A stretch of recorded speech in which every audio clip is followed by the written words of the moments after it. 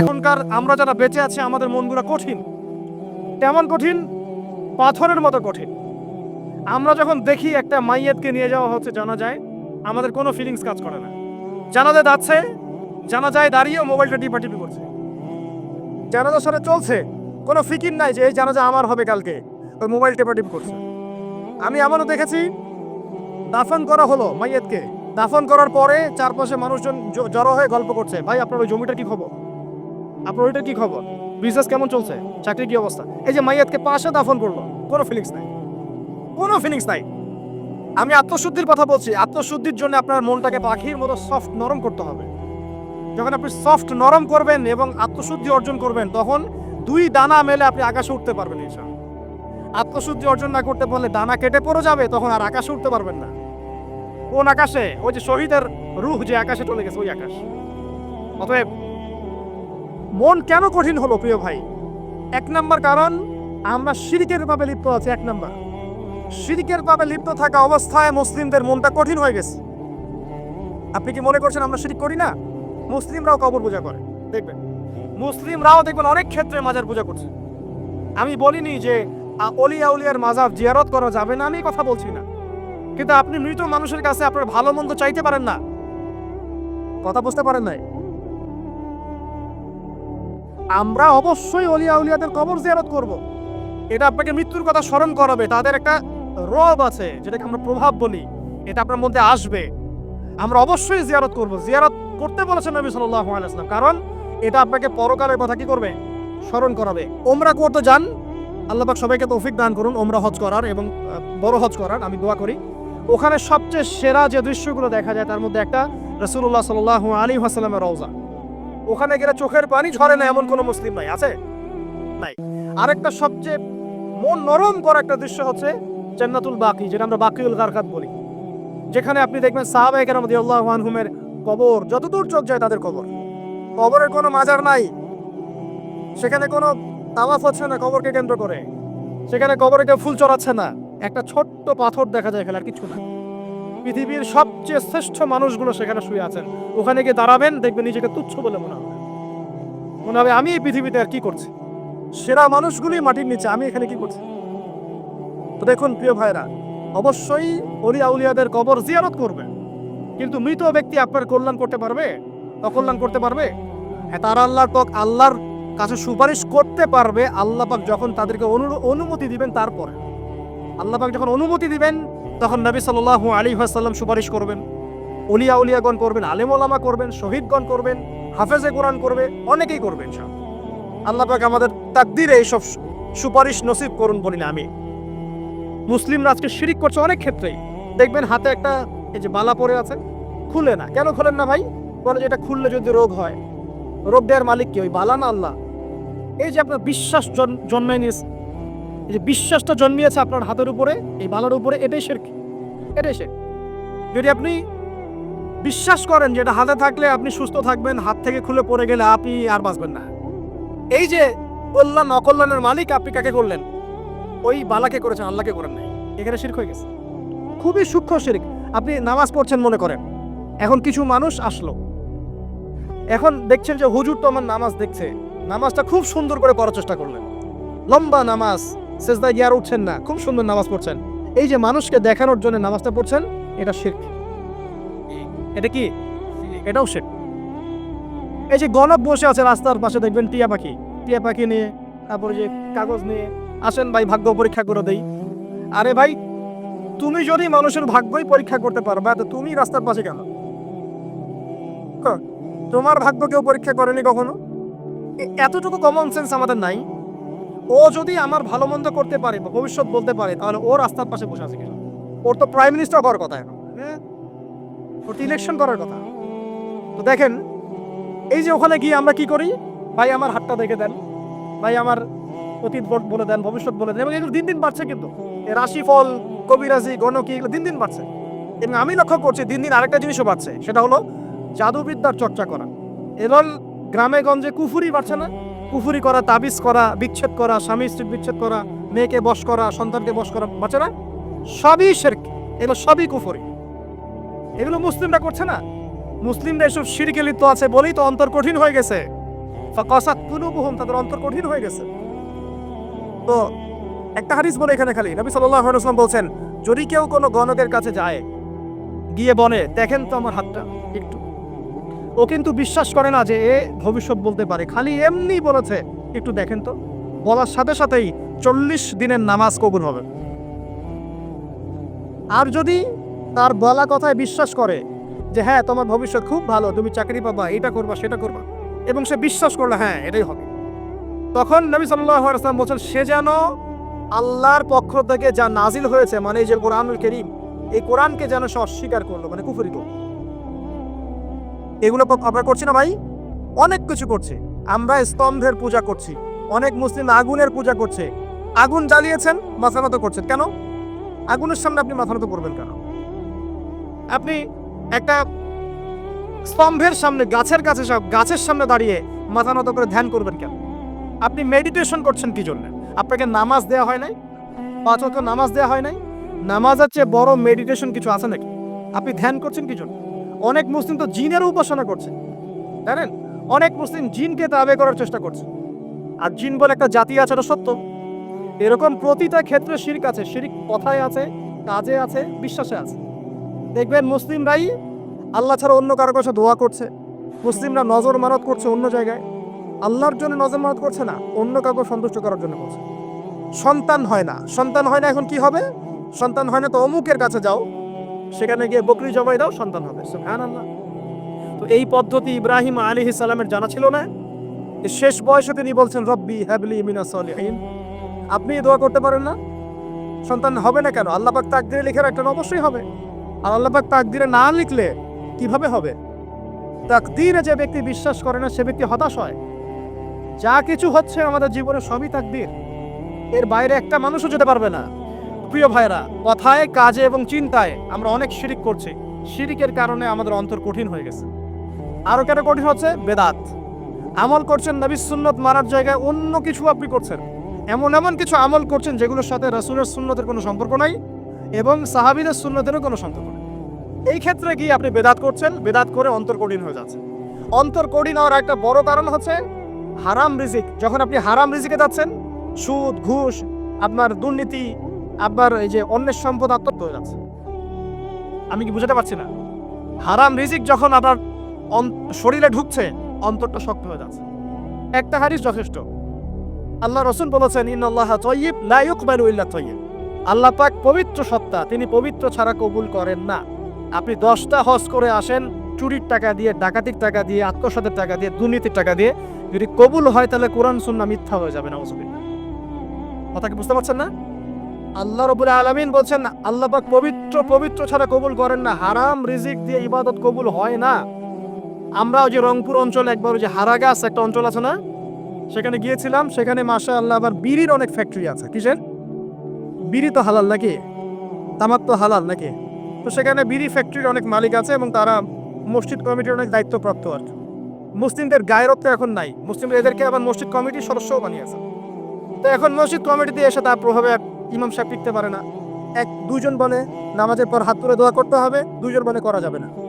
ঠিক আছে? এই নিয়ে ক্যাচাল। এই ক্যাচাল হতে হতে দেখা গেল এক পর্যায়ে মারামারি পর্যন্ত হয়েছে। মসজিদ ভাগতো হয়েছে, মারামারিও হয়েছে।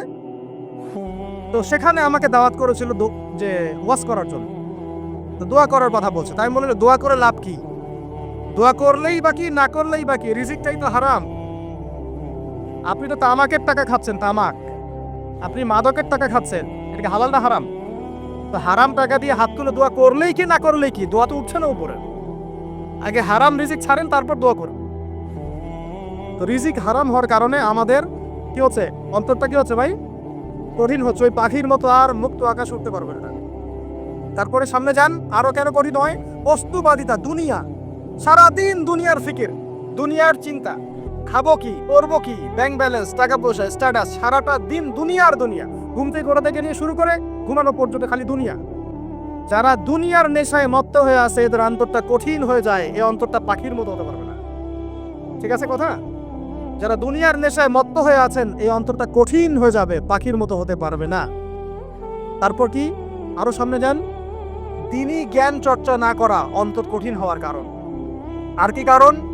পাপ করা, পাপ। যত বেশি আপনি পাপ করবেন, যত বেশি পর্ন দেখবেন, যত বেশি মাদক খাবেন, যত বেশি জুয়া খেলবেন, যত বেশি অহেতুক সময় নষ্ট করবেন, যত বেশি আপনি অন্যের ক্ষতি করবেন, ঠিক আছে, নিরপরাধ মানুষের উপর নির্যাতন করবেন, যত বেশি আপনি পাপ করবেন, পাপ, এই পাপ করতে করতে করতে মানুষের অন্তর কঠিন হয়ে যায়। ইবনুল কাইয়্যিম রাহিমাহুল্লাহ বলেছেন যে পাপ করতে থাকলে মানুষের অন্তর কঠিন হয়ে যেতে থাকে, এবং ইস্তেগফার আর জিকির করলে গিয়ে মানুষের অন্তর আবার নরম হতে থাকে। পাপের উপর পাপ করতে থাকলে মানুষের অন্তর কঠিন হতে থাকে। এ বিষয়ে রাসূলুল্লাহ সাল্লাল্লাহু আলাইহি ওয়াসাল্লাম বলেছেন, যখন মানুষ একটা পাপ করে কলবের মধ্যে একটা কালো দাগ পড়ে যায়, যখন আরো একটা পাপ করে আরেকটা কালো দাগ পড়ে যায়, এভাবে যখন পাপ করতেই থাকে তখন পুরো কলবটাই কালিমা পূর্ণ হয়ে যায়। এই অবস্থায় যদি সে তওবা করে আল্লাহ পাক মাফ করে দিবেন। যদি এই অবস্থায় তার মৃত্যু হয়ে যায়, তার আত্মাটা থেকে দুর্গন্ধ বের হতে থাকে, যে আত্মাটা কবজ করতে পর্যন্ত মালাকুল মউত মানে ঘৃণা পোষণ করে। কথা কি বুঝতে পারছেন? যখন অন্তর পাপ করতে করতে কলুষিত হয়ে যাবে, ওয়াকাদ খাবা মান দাসাহা, যখন পাপ করতে করতে অন্তর কলুষিত হয়ে যাবে, তখন আপনার এই মালাকুল মউত পর্যন্ত ওই আত্মাটাকে বের করার সময় ঘৃণা করবে, দুর্গন্ধযুক্ত। আল্লাহ পাক আমাদেরকে পাপ থেকে বাঁচিয়ে রাখুন। আমি এরকম কিছু কাজ আছে, বস্তুবাদিতা, শিরক, বেদাত, হারাম রিজিক, সারাদিন দুনিয়ার ফিকির নিয়ে থাকা, ঠিক আছে, অন্যের ক্ষতি করা, পাপ কন্টিনিউয়াসলি করতে থাকা, এবং দিন ছেড়ে দেওয়া, দিনের এলেন ছেড়ে দেওয়া, আল্লাহ পাকের আনুগত্য ছেড়ে দেওয়া, এই কাজগুলো করতে থাকলে মানুষের অন্তর কি হয়? কঠিন হয়ে যায়। এখন সলিউশন কি বলেন? 5 মিনিটে আমি সলিউশন বলছি, কেমন করে আপনি এটাকে নরম করবেন আর পরিশুদ্ধতা অর্জন করবেন এবং ওই পাখির মতো মুক্ত আকাশে উড়বেন। কিভাবে বলবো? 1 নাম্বার, অবশ্যই শিরক ত্যাগ করতে হবে। কি করতে হবে? শিরক ত্যাগ করতে হবে। আল্লাহ পাকের তাওহীদের উপর থাকতে হবে। আল্লাহ পাক তৌফিক দান করুন। লং কিছু বলার সময় নেই আমার হাতে, একটা বই বলছি, কিতাবুত তাওহীদ। কি নাম? কিতাবুত তাওহীদ। এই বইটা অনেক ভার্সন বাজারে বের হয়েছে, কিনে দেখবেন শিরক কত প্রকার, কি তাওহীদ কাকে বলে, কত প্রকার কি। যেটা বুঝবেন না মাদ্রাসা চলে যাবেন, আলেম ওলামার কাছে গিয়ে জিজ্ঞাসা করবেন, হুজুর এটা বুঝি নাই। ঠিক আছে? 1 নাম্বার, শিরক ত্যাগ করতে হবে। 2 নাম্বার,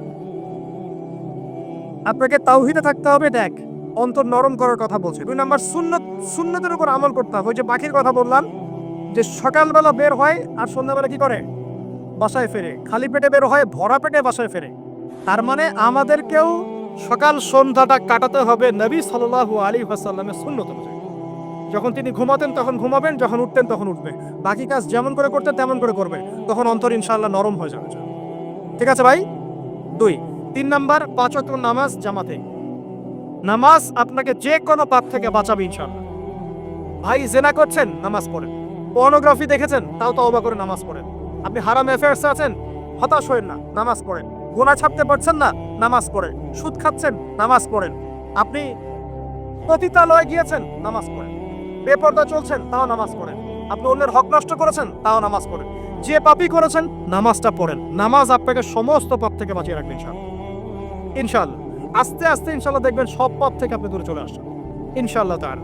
3 নাম্বার নামাজ। 4 নাম্বার, বেশি থেকে বেশি, ভাই শোনেন, বেশি থেকে বেশি পরকালের ফিকির করবেন।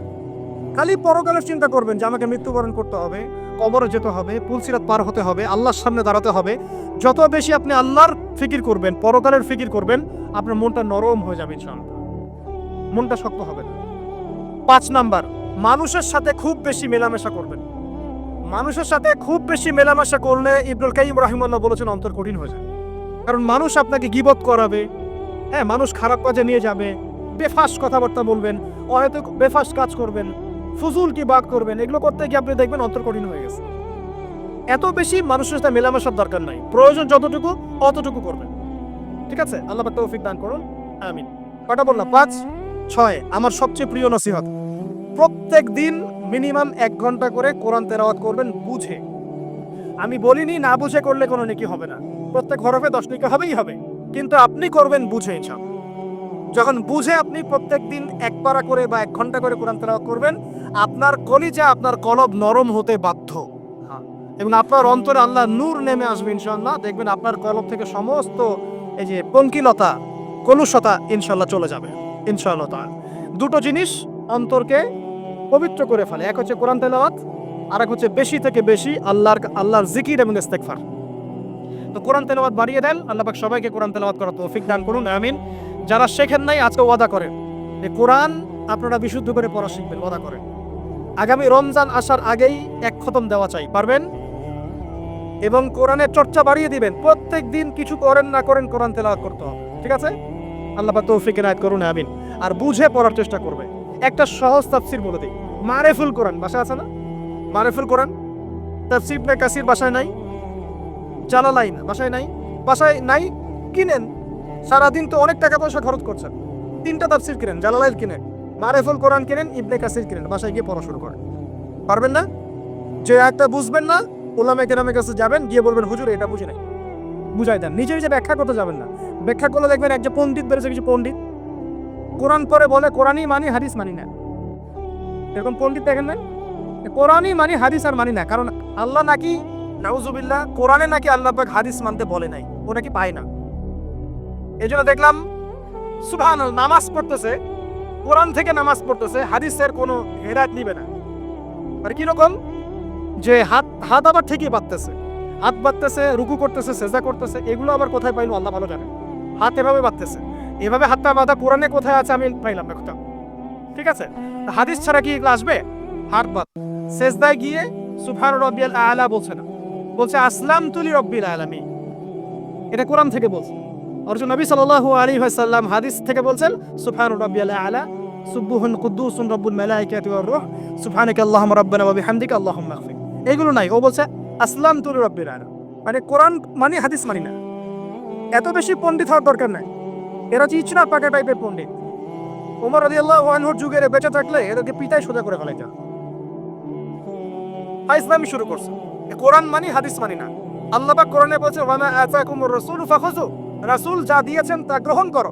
ওয়ামা নাহাকুম আনহু ফান্তাহু, রাসূল যা নিষেধ করছেন দূরে থাকো। রাসূল যা দেন সেটা হাদিস না, রাসূল যা দেন সেটা সুন্নাহ না। সুন্নাহ তো সে মানেই না, আলটিমেটলি সে কোরআনই মানে না। তো আসল কথা হচ্ছে এইসব ফিতনা থেকে বেঁচে থাকবেন, কোরআন তেলাওয়াত বাড়িয়ে দেন। কয়টা বলছি? 5টা 6টা। 7 নাম্বার, বেশি থেকে বেশি ইস্তেগফার সারাদিন পড়বেন। আস্তাগফিরুল্লাহ ওয়া আতুবু ইলাইহি, আস্তাগফিরুল্লাহ ওয়া আতুবু ইলাইহি, আস্তাগফিরুল্লাহাল্লাযী লা ইলাহা ইল্লা হুয়াল হাইয়ুল কাইয়্যুম ওয়া আতুবু ইলাইহি। প্রত্যেকদিন পড়তে হবে 100 বার করে। কতবার করে? 100 বার। 8 নাম্বার, বেশি বেশি আল্লাহর জিকির, চলতে ফিরতে জিকির, সুবহানাল্লাহ, আলহামদুলিল্লাহ, লা ইলাহা ইল্লাল্লাহ, আল্লাহু আকবার, লা হাওলা ওয়ালা কুওয়াতা ইল্লা বিল্লাহ। বলবেন হাসবুনাল্লাহু ওয়া নি'মাল ওয়াকিল, ঠিক আছে? সুবহানাকা আল্লাহুম্মা রাব্বানা ওয়া বিহামদিকা আল্লাহুম্মা আগফিরলি, সুবহানাল্লাহি ওয়া বিহামদিহি আদাদা খালকিহি ওয়া রিদা নাফসিহি ওয়া জিনাতা আরশিহি ওয়া মিদাদা কালিমাতিহি। যত জিকির আছে সব করুন, জিকির বাড়াবেন। যত জিকির বাড়াবেন অন্তর পরিশুদ্ধ হবে ইনশাআল্লাহ আযজা ওয়া জাল। কয়টা বলছে? 8। আর 2টা বলি। 9, অন্যের হক নষ্ট করবেন না। অন্যের হক নষ্ট করলেই মন কঠিন হয়ে যাবে। অন্যের হক নষ্ট করবেন না, বরং মানবতার কল্যাণে কাজ করেন। যে কাজগুলো মানব সেবামূলক সেগুলো করেন। রক্তদান কর্মসূচি করেন, গাছ লাগান, এতিমের মাথায় হাত বোলান, বিধবার খোঁজ খবর নেন, ঠিক আছে? মেয়েদের সেলাই মেশিন কিনে দেন, মানুষের উপকারে কাজ করেন। দেখবেন আপনার মনটা নরম হয়ে যাবে ইনশাআল্লাহ। যার মন নরম এবং যার মনের মধ্যে সততা আছে, আল্লাহ পাক ইনশাআল্লাহ সেখানে অবশ্যই হেদায়েত ঢালবে ইনশাআল্লাহ। আর 10 নম্বর সবচেয়ে শেষ হচ্ছে যে কবর জিয়ারত করবেন বেশি বেশি করে, এবং নিজের মৌতের কথা স্মরণ করে আল্লাহর কাছে বেশি বেশি দোয়া করবেন। কি দোয়া করবেন? ইয়া মুকাল্লিবাল কুলুব সাব্বিত কলবি আলা দীনিক, ইয়া মুসাররিফাল কুলুব সাররিফ কুলুবানা আলা তাআতিক। এই দোয়াগুলো করবেন ইনশাআল্লাহ। এবং কবর জিয়ারত করবেন সপ্তাহে সপ্তাহে, পারলে 2 দিন 3 দিন পর পর কবরস্থানে যাবেন। ইনশাআল্লাহ দেখবেন আপনার মন নরম হবে ইনশাআল্লাহ আযজা ওয়া জাল। এখনকার এই সভ্যতায় এসে কবরস্থানকে সমাজ থেকে দূরে সরিয়ে দিয়েছে। অথচ আগে মুসলিমদের কবরস্থান ছিল মসজিদের পাশে, 5 ওয়াক্ত নামাজ পড়তো, কবর জিয়ারত করে বাসায় যেত। 5 ওয়াক্ত নামাজ পড়তে আসতো, কবরকে দেখতো, পরকালে করে স্মরণ হতো। এখন কবরস্থান ওই যে দূরে, সারা জীবনে একবার যায় কিনা সন্দেহ আছে। এই 10টা কাজ যদি আপনারা করতে পারেন ইনশাআল্লাহ তাআলা, আমাদের কলবটা ইনশাআল্লাহ নরম হবে, আত্মশুদ্ধি অর্জিত হবে। আর এগুলোর পাশাপাশি অবশ্যই আল্লাহওয়ালা আত্মশুদ্ধিওয়ালা মানুষের সোহবতে গিয়ে থাকবেন। আল্লাহওয়ালা আত্মশুদ্ধিওয়ালা মানুষের সোহবতে গিয়ে থাকলে তাদেরকে দেখেই দেখবেন মনটা নরম হয়ে যাবে ইনশাআল্লাহ। এই জন্য মুমিনদেরকে বলা হয়েছে তোমরা কখনো হতাশ হবে না, কারণ তাকদীর লেখা হয়ে গেছে, হতাশ হওয়ার কোনো কারণ নাই। একটা প্রবণতা আমরা সমাজে দেখছি আত্মহত্যার। ইয়াং জেনারেশনকে আমরা নসিহত করবো যে ভুলেও নিজের জীবনকে বিসর্জন দিতে যাবেন না। আল্লাহ রাব্বুল আলামিন আপনাদেরকে সৃষ্টি করেছেন তার ইবাদত করার জন্য এবং তার জমিনে তার দিনটাকে প্রতিষ্ঠা করার জন্য। হেলায় খেলায় আপনার জীবনটা নষ্ট করবেন না, ঠিক আছে ভাই? আল্লাহ বোঝার তৌফিক দান করে। তো কলম সৃষ্টি করার পরে কিয়ামত পর্যন্ত সব লেখা হয়ে গেছে। এখন আমাদের এই পৃথিবীতে তো মানুষ ছিল না, ছিল? এদিকে মনোযোগ দেন। এই পৃথিবীতে কি আগে মানুষ ছিল? এই পৃথিবীতে আগে কি ছিল তাহলে বলেন? হ্যাঁ, মাশাআল্লাহ, এই পৃথিবীতে আগে কি ছিল? এখন ওরা নাই? সবার সাথেই কিন্তু একটা করে আছে। কমপক্ষে কয়টা করে? সবার সাথে কমপক্ষে একটা করে। আর কোনো কোনো জায়গা আছে যেখানে জিনের বড় বড় আখড়া আছে। পৃথিবীতে যে জায়গাগুলো থেকে ইসলাম বিরোধী তো অপতৎপরতাগুলো চলে, ওখানে জিনের আখড়া বেশি। কথা বুঝতে পারছেন? তো জিন জাতিকে আল্লাহ পাক ধ্বংস করে দিয়েছেন তাদের পাপের কারণে, আল্লাহ দ্রোহিতার কারণে, অবাধ্যতার কারণে। এখন আল্লাহ রাব্বুল আলামিন ইরাদা করলেন পৃথিবীতে আমাদেরকে সৃষ্টি করবেন, মানে মানুষকে সৃষ্টি করবেন। আল্লাহ পাক তার সমস্ত ফেরেশতাদেরকে একত্রিত করলেন। ঘটনাটা কিন্তু খুব ইন্টারেস্টিং। আমি জানি এখানে ওলামায়ে কেরামও আছেন, তবে আমি সবার জন্য প্রযোজ্য হয় এমন কথা বলারই চেষ্টা করছি, কারণ অনেকে হয়তো এগুলো নাও জানতে পারে। তো আল্লাহ পাকের ভাষায় আমি যদি বলি, আল্লাহ রাব্বুল আলামিন বলছেন, বা'দা আউযু বিল্লাহি মিনাশ শাইতানির রাজীম, ওয়া ইয ক্বালা রাব্বুকা লিল মালায়েকা ইন্নী জাঈলুন ফিল আরদি খলিফা। হে নবী মুহাম্মদ সাল্লাল্লাহু আলাইহি ওয়াসাল্লাম, তুমি স্মরণ করো সেই সময়ের কথা যখন আল্লাহ তোমার রব সমস্ত ফেরেশতাদেরকে ডেকে বলেছিলেন যে ইন্নী জাঈলুন ফিল আরদি খলিফা, আমি জমিনে মানে পৃথিবীতে আমার খলিফা পাঠাতে চাই। কি পাঠাতে চাই? আরো জোরে বলেন। আল্লাহ পাক বলেননি পৃথিবীতে মানুষ পাঠাতে চাই, পৃথিবীতে নতুন কোনো মাখলুক পাঠাতে চাই। আমাদেরকে আল্লাহ পাক সম্মানের শব্দে সম্মানিত করেছেন, বিশেষায়িত করেছেন, আমাদেরকে বলেছেন আমরা আল্লাহর খলিফা, আমরা আল্লাহর খলিফা। এখন আমরা আল্লাহর খলিফা, কিন্তু পৃথিবীতে মানুষ খিলাফা শব্দ সহ্য করতে পারে না। হ্যাঁ, কি অদ্ভুত না? এটা কোরআনে কি শেষের দিকে আছে না প্রথম দিকে আছে? সূরা বাকারার একদম শুরুর দিকে 3টা 4টা 5টা পৃষ্ঠা উল্টালে দেখবেন এই আয়াতটা আছে। কোরআন তাহলে শুরু থেকে কখনো খুলেও দেখেনি সে ব্যক্তি, প্রমাণ হলো এটা যে খুলেও দেখে নাই, অথবা দেখলেও সে এড়িয়ে গেছে। আল্লাহ পাক আমাদেরকে বললেন যে পৃথিবীতে আমি আমার খলিফা পাঠাতে চাই। তাহলে আদম আলাইহিস সালামকে আল্লাহ পাক মুহাব্বতের শব্দে, সম্মানের শব্দে বিশেষায়িত করলেন কি বলে? সুবহানাল্লাহ, সুবহানাল্লাহ। আর খলিফা কাকে বলে এটা আমি আপনাদেরকে বোঝাচ্ছি একটা দোয়া থেকে। এই যে গাড়িতে করে আমরা বাসা থেকে আসলাম বা যখন কোনো সফরে যাই, আমরা একটা দোয়া পড়ি, সুবহানাল্লাযী সাখখারা লানা হাযা ওয়া মা কুন্না লাহু মুকরিনিন ওয়া ইন্না ইলা রাব্বিনা লামুনকালিবুন। এতটুকু তো পড়ি নাকি? বা এগুলো পড়তে হবে? ওই মেলে এসেছি শুধু লেকচার শোনার জন্য না, ছবি তোলার জন্য না। আজকে জীবনটা পরিবর্তন করার নিয়ত করে যাইতে হবে। ঠিক আছে ভাই? বই প্রকাশ করা, ছাপানো, বিক্রি করা, লেখা, এর চেয়ে বড় কথা আমার জীবনটা ইলমের আলোয় আলোকিত করা। আমি বই লিখলাম ধরেন একটা, আমার মধ্যে সেই আমল নাই, লাভ নাই। লাভ আছে? আমি বই ছাপাইছি 100, 200, 500, 1000, আমি নিজেই আমল করি না, হবে? আগে আমল জরুরি। ইলমের সাথে আমলটা খুব বেশি জরুরি। আলেম তাকেই বলা হয় যে ইলম অনুযায়ী আমল করে। আল্লাহ পাক বলেন, লিমা তাকুলুনা মা লা তাফআলুন, তোমরা এমন কথা কেন বলো যে আমল নিজেরাই করো না?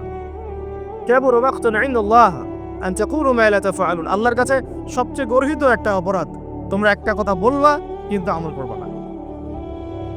তো দোয়াটা মুখস্থ করবেন। এই দোয়ার নিচে একটা অংশ আছে, আল্লাহুম্মা আনতা সাহিবু ফিস সাফারি। আমার কথাটা শুনেন, খলিফার অর্থটা বুঝেন। অনেকে তো অনেকভাবে ব্যাখ্যা করে আর কি। আল্লাহুম্মা আনতা সাহিবু ফিস সাফারি, আল্লাহ তুমি এই সফরে আমার সাথী। সফরে বের হওয়ার সময় দোয়া পড়ছি আমরা, আল্লাহুম্মা আনতা সাহিবু ফিস সাফারি, আল্লাহ তুমি এই সফরে আমার সাথী। ওয়াল খলিফাতু ফিল আহলি ওয়া মালি, আল্লাহ আমি তো বাসায় নাই, আমার বাসার আহাল মালের খলিফা হচ্ছে তুমি আল্লাহ। তাহলে খলিফা শব্দতে কি বুঝলেন? আল্লাহ আমার বাসার আহাল মালের খলিফা মানে কি? আমার স্থলাভিষিক্ত তুমি আল্লাহ, আমি ওখানে নাই বাসায়, আমি সফরে বের হয়ে গেছি। আমার স্ত্রী, আমার সন্তান, আমার মাল, আমার জান, এগুলোর দায়িত্ব তোমার, তুমি খলিফা। কত চমৎকার দোয়া। তাহলে পৃথিবীতে আমি আমার খলিফা পাঠাতে চাচ্ছি, তার অর্থ কি? আল্লাহ রাব্বুল আলামিন এই পৃথিবীতে আমাদেরকে তার প্রতিনিধি বানিয়েছেন। সুবহানাল্লাহ। সুবহানাল্লাহ। তাহলে আমরা নিজেদের আত্মপরিচয় ভুলে গেলাম যে আমরা আল্লাহর প্রতিনিধি পৃথিবীতে, তাই না? আমরা এখন আব্রাহাম লিঙ্কনের পূজা করতেছি। আব্রাহাম লিঙ্কনের পূজা তো বুঝেন না আপনারা, এটা হচ্ছে ওই যে সোকল ডেমোক্রেসি পূজার। আল্লাহ পাক বলছেন ওয়াল্লামা আদামাল আসমাআ কুল্লাহা, আল্লাহ বলছেন আমি আদমকে এই মহাবিশ্বের যত নাম আছে, নাউন্স ইসম সব শিক্ষা দিয়েছি। সুবহানাল্লাহ। এই মহাবিশ্বের যত নাম, এখানে ইসম শব্দের অর্থ কিন্তু জ্ঞান। ইসম মানে কি? এখানে জ্ঞান। মহাবিশ্বের যে জ্ঞানগুলো আছে এই জ্ঞানগুলো আল্লাহ পাক আমাদের আদি পিতাকে শিক্ষা দিয়েছেন। আমাদের আদি পিতাকে আল্লাহ নিজে শিক্ষা দিয়েছেন। সৃষ্টিগতভাবে আমরা জ্ঞানী ছিলাম না, আল্লাহ পাক আমাদেরকে জ্ঞান শিক্ষা দিয়েছেন। আমরা ফিলোসফির বইগুলো খুললে দেখবেন ওখানে বুদ্ধিবাদ নামে একটা মতবাদ আছে। মানে তারা বলে যে মানুষ সৃষ্টিগতভাবেই একজন বুদ্ধিদীপ্ত প্রাণী। এটা ভুল কনসেপ্ট। সৃষ্টিগতভাবে আমাদের মধ্যে জ্ঞান ছিল না, আল্লাহ পাক আমাদেরকে জ্ঞান শিক্ষা দিয়েছেন। ভালো বুঝতে পারছেন? আরেকটা মতবাদ তাদের আছে অভিজ্ঞতাবাদ, মানে মানুষ অভিজ্ঞতা থেকেই শিখে। আরেকটা আছে সমন্বয় মতবাদ, আপনারা তো এগুলো অনেকে পড়েছেন হয়তো। এর বাইরে যে একটা মতবাদ আছে যে আল্লাহ পক্ষ থেকে ওহী ভিত্তিক মানুষ জ্ঞান শিখে, এই মতবাদ কোনো দার্শনিকের বইয়ে স্থান পেল না। কি আফসোস, কি আফসোস! অথচ মুসলিম হয়ে দার্শনিক তারা। আমরাও পড়েছি ভাই 4 বছর এই কারণে গেলেই। কি আফসোস! আল্লাহ পাকের ওহী পক্ষ থেকে যে জ্ঞান আসতে পারে এইটা কনসেপ্টই নাই। অথচ এখানে কোরআনে আল্লাহ পাক বলছেন ওয়াল্লামা আদামাল আসমাআ কুল্লাহা, আমি আল্লাহ আদমকে সমস্ত নাম শিক্ষা দিয়েছি। সুবহানাল্লাহ। এরপরে এই যে জ্ঞান আদম আলাইহিস সালামকে আল্লাহ পাক শিক্ষা দিলেন, এর ফলশ্রুতিতেই আল্লাহ পাক বললেন যে ওয়াইজ কুল্লা লিল মালাইকা উসজুদু লি আদম, হে ফেরেশতারা তোমরা এখন আদমকে সিজদা করো। কি ফেরেশতাদেরকে দিয়ে আল্লাহ পাক আমাদের পিতাকে সিজদা করালেন কিসের মানদণ্ডে? কিসের কারণে? জ্ঞানের কারণে। জ্ঞানের কারণে ফেরেশতাদেরকে আল্লাহ পাক বললেন যে এই নামগুলো বলে দাও তো তোমরা।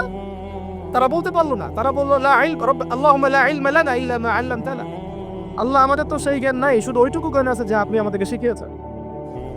তখন আল্লাহ পাক বলেছিলেন যে আমি যা জানি তোমরা তো জানো না, আমি কি বলি নাই যে আমি আসমান জমিনের গায়েবের সব খবর জানি? তখন আল্লাহ বললেন যে তোমরা সবাই সিজদা করো আদমকে। তাহলে আমাদের পিতাকে খলিফা করা হলো, জ্ঞান শেখানো হলো, আল্লাহ পাক নিজে শেখালেন, ফেরেশতার মণ্ডলীদের দিয়ে সিজদা পর্যন্ত করালেন। কিসের মানদণ্ডে? আরো আসতে বলেন, জ্ঞানের মানদণ্ড। এখন যদি আমরা একটু প্রশ্ন ছুড়ে দেই নিজ নিজ বিবেকে, আমরা কি সেই ওহীর 10টা সূরাও শিখেছি?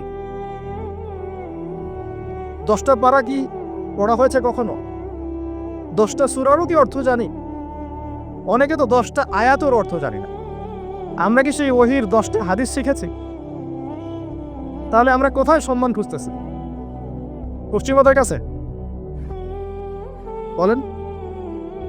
সত্যি সবচেয়ে আফসোস লাগে আমার একটা জিনিস, যে মুসলিমরা আমরা এখন আমাদের আত্মপরিচয় ভুলে যাচ্ছি, আর আল্লাহ পাক আমাদেরকে যেখানে সম্মান রেখেছেন ওইখানে সম্মান না খুঁজে আমরা অন্যের দাসত্বের সম্মান খুঁজতেছি। আল্লাহ আমাদেরকে বোঝা তৌফিক দান করে। এটা অজ্ঞতার কারণে হচ্ছে। আমাদের কাজ তাদেরকে সচেতন করা বা তাদেরকে মেসেজ পৌঁছে দেয়া। আমরা উগ্র পন্থা অবলম্বন করব, আমরা হিকমার সাথে প্রজ্ঞার সাথে মানুষকে বোঝানোর চেষ্টা করব, এগুলো বোঝানোর অংশ। এখন আচ্ছা একটা কথা আপনাদেরকে বলি, একটা কথা আমি মাঝখানে মিস হয়ে গেছে। এই যে আল্লাহ পাক আমাদেরকে খলিফা করে পাঠিয়েছেন, খলিফার কাজ কি? প্রশ্ন না? আমাদের কাজ কি? তাও এই কাজটা আল্লাহ পাক আবার ব্যাখ্যা করেছেন সূরা সদের মধ্যে। কোন সূরায়? সূরা সদ। সদ নামে একটা সূরা আছে, সূরা ইয়াসিনের আগে পরে পাবেন। তো এখানে আল্লাহ পাক আরো একজন নবীকে তার খলিফা বলেছেন, সেই নবীর নাম দাউদ আলাইহিস সালাম। কি নাম? আর দাউদ আলাইহিস সালাম কিন্তু এই জেরুজালেম থেকে, যেখানে এখন ওই জায়নিস্টরা বোম্বিং করে আর কি, নিরীহ মুসলিমদেরকে হত্যা করে বিগত 70 বছর থেকে, ওই জেরুজালেম থেকে কিন্তু দাউদ আলাইহিস সালাম বিশ্ব শাসন করেছিলেন। তার পরবর্তীতে তার সন্তান সুলাইমান আলাইহিস সালামও কিন্তু ওখান থেকেই বিশ্ব শাসন করেছিলেন। আর এখনকার বনু ইসরায়েল দাবিদার এই জায়নিস্টরা, তারাও কিন্তু ওই ফিকিরই করছে, ওখান থেকে তারা বিশ্ব শাসন করতে চায় এবং তারা মনে করে তাদের একজন মাসিহ আসবে, সেই মাসিহ আসলে তারা বিশ্ব শাসন করবে। আমরা সেই মাসিহের নাম জানি মাসিহুদ দাজ্জাল। কি নাম? এই দাজ্জালকে ওরা ওদের সত্য মাসিহ মনে করে, আমরা জানি হচ্ছে মিথ্যা ভণ্ড প্রতারক মাসিহ, অথচ ওরা মনে করে এটা হচ্ছে সত্য মাসিহ। এই জায়গায় তারা ধোঁকা খাচ্ছে। অথচ সত্য মাসিহ হচ্ছেন ঈসা আলাইহিস সালাম, যিনি আবার শেষ জামানায় আসবেন এবং তার হাতেই এই মাসিহুদ দাজ্জাল মারা যাবে। এবং তারপরে পুরো বিশ্বে আবার ওই খিলাফা কায়েম হবে, ওই যে খলিফা, ওটা সারা বিশ্বে কায়েম হবে। এই টাউন হলো বাদ যাবে না ইনশাআল্লাহ। এটা মানুষ মানতে চাচ্ছে না, কিন্তু মানুষ না মানলে কি, আল্লাহ পাকের নকশায় সব আঁকা আছে কখন কি হবে। কে কে কল্পনা করেছিল যে আজকে আপনারা বসে এখানে দিনের আলোচনা করবেন? হ্যাঁ, কল্পনা করা যায় তো? যে শব্দগুলো আপনারা বলছেন এগুলো বললেই তো নাই, গায়েব। এখন বলছেন, কেউ কি কল্পনা করেছিল যে হঠাৎ করে এমন একটা সময় চলে আসতে পারে? কেউ কিন্তু কল্পনা করে না, আল্লাহ পাকের নকশায় ছিল। এখানে আমাদের একটা আফসোসের কথা, এখানে মাস্টারমাইন্ড আল্লাহ রাব্বুল আলামিন। প্রকৃত মাস্টারমাইন্ড কে? আমরা ক্রেডিট নেওয়ার প্রতিযোগিতায় ব্যস্ত হয়ে আছি এখন, কার কত ক্রেডিট নেওয়া যায়। এখানে একক ক্রেডিট পাওয়ার যোগ্য কেউ না, সমস্ত ক্রেডিট কার? আল্লাহ রাব্বুল আলামিন। এটা আল্লাহর সাথে গাদ্দারি করতে যায় না, তাহলে ভুলে যাও।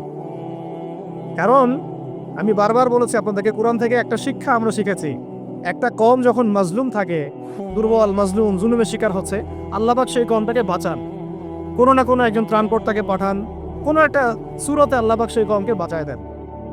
আবার যদি এই নিয়ামতটা পাওয়ার পরে ওই কওম আবার এই জুলুম শুরু করে, আবার আল্লাহ দ্রোহিতা শুরু করে, আল্লাহ পাক তার চেয়ে বড় জালেম চাপাই দিবে। কথা বুঝতে পারছেন? আল্লাহর সাথে গাদ্দারি করতে চাই না, আল্লাহ পাক আমাদেরকে বোঝার তৌফিক দান করেন। এখন খলিফার কাজটা কোথায় পাবেন, কোন সূরায় ভাই বলেন? সূরা সাদে আল্লাহ পাক দাউদ আলাইহিস সালামকে খলিফা সম্বোধন করে বলছেন, ইয়া দাউদ, কি চমৎকার আহ্বান, ইয়া দাউদ, হে দাউদ, ইন্না জাআলনাকা খলিফাতান ফিল আরদ। দেখো আমি আল্লাহ তোমাকে পৃথিবীতে খলিফা করেছি। কি করেছি? খলিফা করেছে। তোমার কাজ কি শোনো, ফাহকুম বাইনান নাসি বিল হক। বোঝার চেষ্টা করেন একজন খলিফার কাজ কি।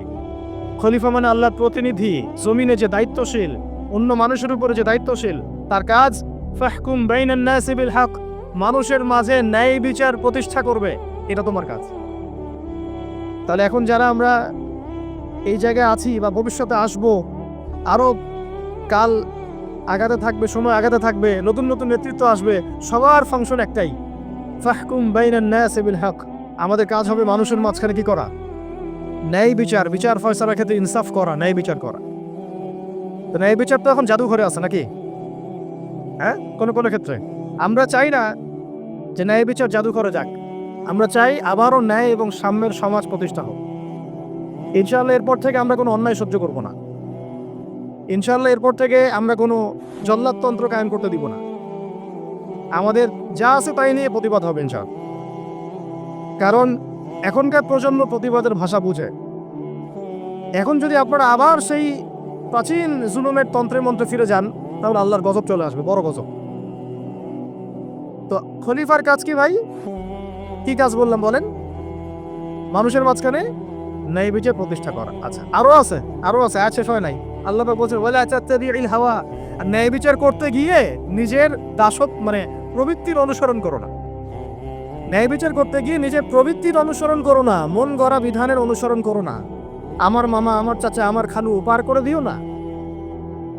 প্রবৃত্তির অনুসরণ মানে কি? মন যাচাই তাই করো না। ন্যায় বিচার করতে গিয়ে আল্লাহ পাকের বিধান মেনে চলো। কারণ সূরা মাইদাতে আল্লাহ পাক বলেছেন, আয়াত নাম্বার 44, 45, 47-এ, ওয়া মান লাম ইয়াহকুম বিমা আনজালাল্লাহ ফাউলাইকা হুমুল কাফিরুন।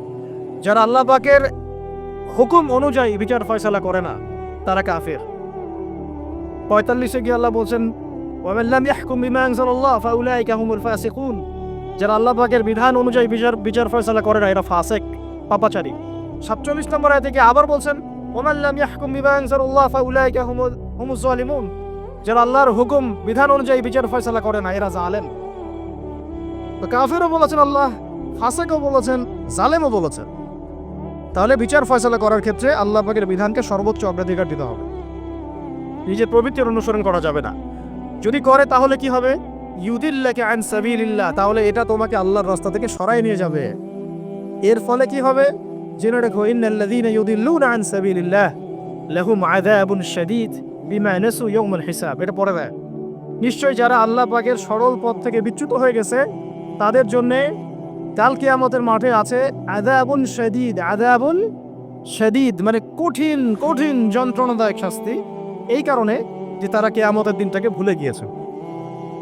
শাদীদ এর অর্থটা কি এটা বোঝার জন্য আপনাকে সূরা হাদীদ পড়তে হবে। কোন সূরা? আসলে কোরআনের আয়াতগুলো হচ্ছে আকাশের তারার মতো। তারা দেখবেন আকাশের, তারা দেখাও সুন্নত। ইসলাম তো রসকসহীন ধর্ম না রে ভাই, সবকিছুই আছে এখানে। আসলে আমরা জানি না বলে আমরা মনে করি যে এখানে কোনো বিনোদনই নেই, তাই না? এই গান বাজনা না করলে কি হয়, মন শান্তি হয়, এরকম একটা ভাব। যদি আপনি কোরআনের ভিতর ঢুকে যান, আপনার হৃদয়ে এমন নূর আসবে, এমন তৃপ্তি আসবে যে ওগুলো আপনার শুনতে ইচ্ছা করবে না, আপনি কান বন্ধ করে ফেলবেন নিজেই, বলতেই হবে না। এখন কিছু নতুন ইসলামিস্ট আসছে, তারা এগুলোকে ইসলামের অন্তর্ভুক্ত বলে মনে করার দাবি করতে চায়, এগুলো তো নিষেধ নাই, এগুলো তো নিষেধ করা হয় নাই। কতটুকু জানেন ইসলাম সম্পর্কে? আপনি না জেনে কেন কথা বলেন? নবী সাল্লাল্লাহু আলাইহি ওয়াসাল্লাম রাস্তা দিয়ে হাঁটছেন, ওই সময় তো অনেক পূজা অর্চনা ইত্যাদি হতো মক্কায়, তো এখানে ঢাক ঢোলের শব্দ আসছে।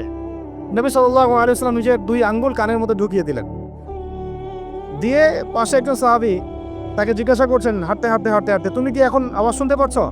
সাহাবী বলেন, না ইয়া রাসূলুল্লাহ, এখন আওয়াজ শুনতে পাচ্ছি না। তখন তিনি কান বের করলেন। এটা নবীর সুন্নাত। আর আমরা নবীর সুন্নাতকে উল্টায় দিছি কিভাবে দেখেন, আমাদের কানেই এখন ইয়ারফোন। উনি যেটা শুনে কান বন্ধ করতেন, ওইটা আমরা কানে ঢুকা রাখছি একবার। আল্লাহ আমাদেরকে বোঝার তৌফিক দান করেন। দেখেন, আমরা তো সবাই পাপী। আমার মনে হয় না আমরা কেউ নবী সাল্লাল্লাহু আলাইহি ওয়াসাল্লামের সুপারিশ ছাড়া পার পাবো, এমনটা মনে হয় না আমার। সবাই পাপী, আপনি আমি আমরা সবাই।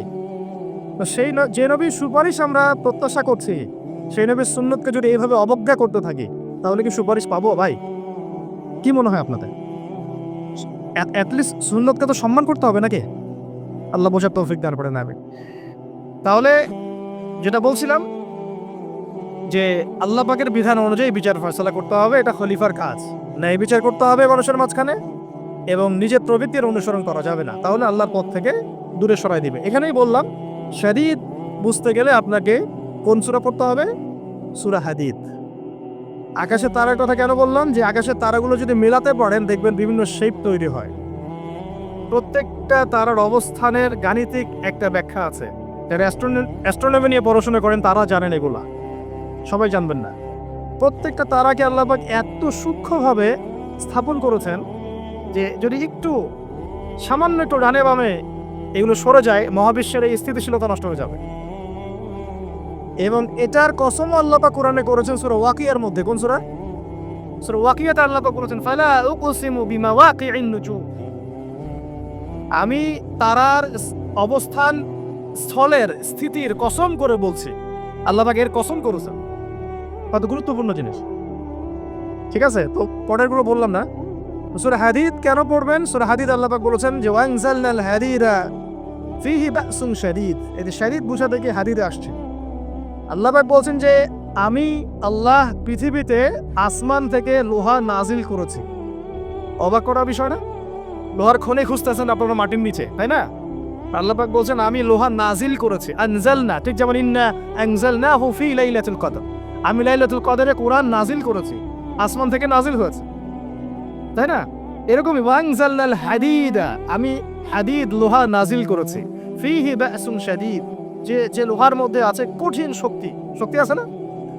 আয়রন যে অণু পরমাণুগুলো, এগুলোর শক্তি সবচেয়ে বেশি না? কেমিস্ট্রিতে আপনারা পড়েছেন।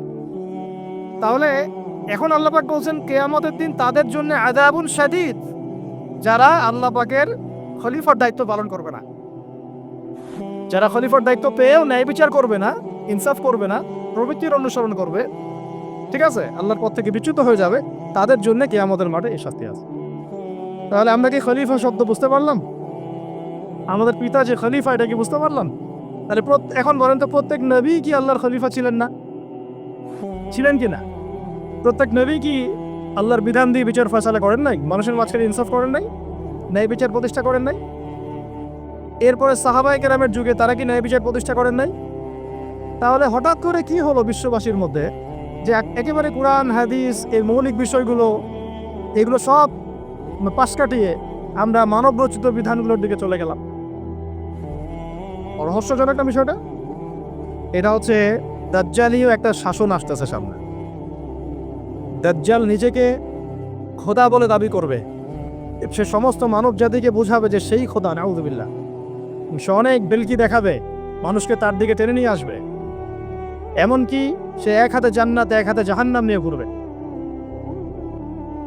নবীজি বলেছেন, যে তার জান্নাতে প্রবেশ করবে ওটাই তার জাহান্নাম, আর যে তার জাহান্নামে প্রবেশ করবে সেটাই হচ্ছে জান্নাত।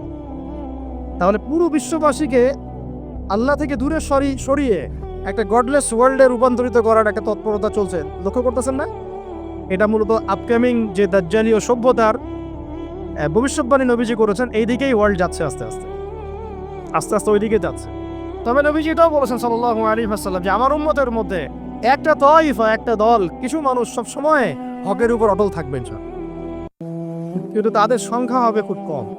এখন আমাকে আপনারাই বলেন যে ওই হকের উপর অটল থাকতে হলে আমার সেই জ্ঞান লাগবে কি লাগবে না? বলেন।